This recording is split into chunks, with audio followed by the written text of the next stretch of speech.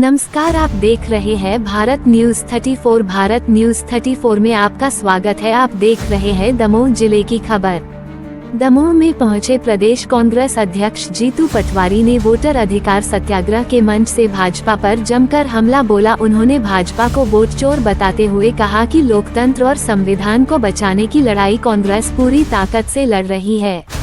पटवारी ने कहा कि केंद्र व राज्य सरकार जनता से किए गए वादों पर खरी नहीं उतरी। प्रधानमंत्री नरेंद्र मोदी पर निशाना साधते हुए उन्होंने कहा कि भ्रष्टाचार खत्म करने, किसानों की आय दोगुनी करने, युवाओं को रोजगार देने और विदेश से काला धन लाने के वादे धरे रह गए हैं। चाइना के सामान के बहिष्कार की बात करने वाले नेता खुद विदेशी घड़ी, सूट और मोबाइल का उपयोग कर रहे हैं।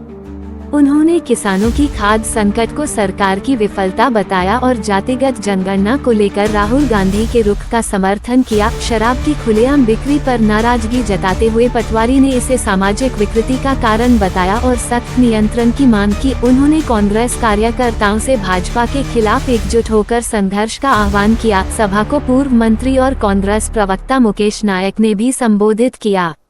उन्होंने कहा कि यह सरकार जनता की अपेक्षाओं पर खरी नहीं उतरी और इसे बदलने के लिए एकजुट प्रयास जरूरी है। पूर्व विधायक अजय टंडन ने भाजपा पर आरोप लगाया कि 2023 का चुनाव वोट चोरी से जीता गया और कांग्रेस के गद्दारों की मदद से सरकार गिराई गई। नेताओं ने दमोह की जनता को कांग्रेस का पारंपरिक समर्थन जारी रखने का भरोसा दिलाया। दमोह से कैलाश दुबे, अरविंद जैन की रिपोर्ट।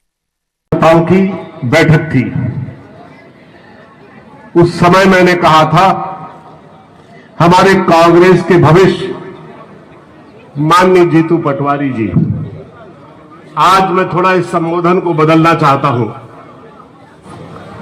और मैं कहना चाहता हूं कि हमारे मध्य प्रदेश के भविष्य के मुख्यमंत्री माननीय जीतू पटवारी जी। मैंने क्यों बताई? वोट चोरों ने कुर्सी पे कब्जा कर लिया। ऐसे ही मध्य प्रदेश में माहौल था कांग्रेस का, एक तरफा जीत रही थी कांग्रेस। जितने सर्वे, जितने डॉक्टर थे, ये राजनीतिक विशेषज्ञ, जितने मीडिया के, जितने भी अलग अलग अखबारों के सर्वे, जो सर्वे की रिपोर्ट अलग अलग एजेंसियों की आ रही, सब सरकार कांग्रेस की बता रही है और बन गई बीजेपी की। वोट चोरी नहीं हुई तो क्या हुआ?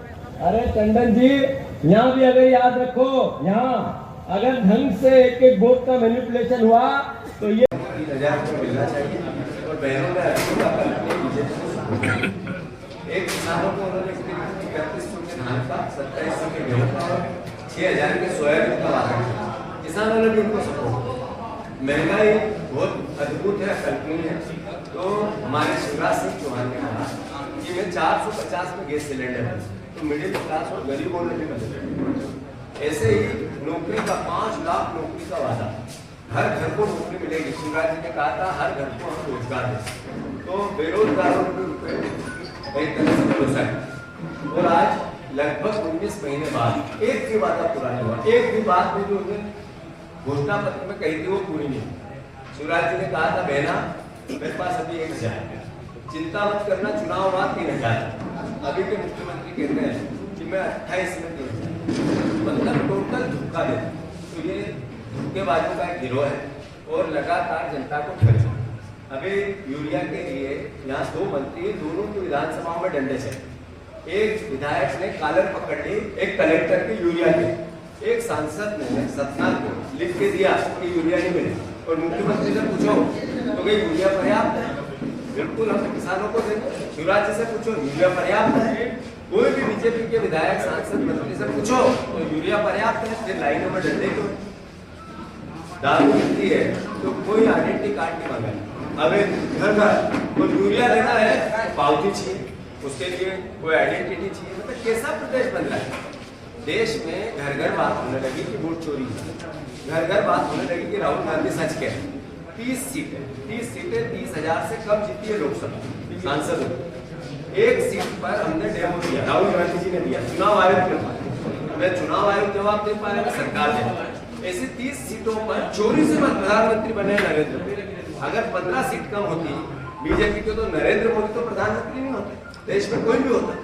इसका मतलब है कि जो संविधान ने ताकत दी, लोकतंत्र ने ताकत दी, जनता को एक वोट तो उस एक वोट की अगर कीमत नहीं बचेगी तो लोकतंत्र कैसे बचेगा? कैसे बचेगी वो ताकत जिससे जनप्रतिनिधि चुनने की ताकत जनता के बीच में है? कैसे बचेगा जर्नलिज्म जो सरकार को एक तरह से दिशा देता है, जो विपक्ष को भी एक तरह से सहायता करता है? तो राहुल गांधी जो बात उठा रहे हैं वो देश में उस भावना को उठा रहे हैं जिसमें संविधान लाखों साल तक अमर रहे, लोकतंत्र अमर रहे।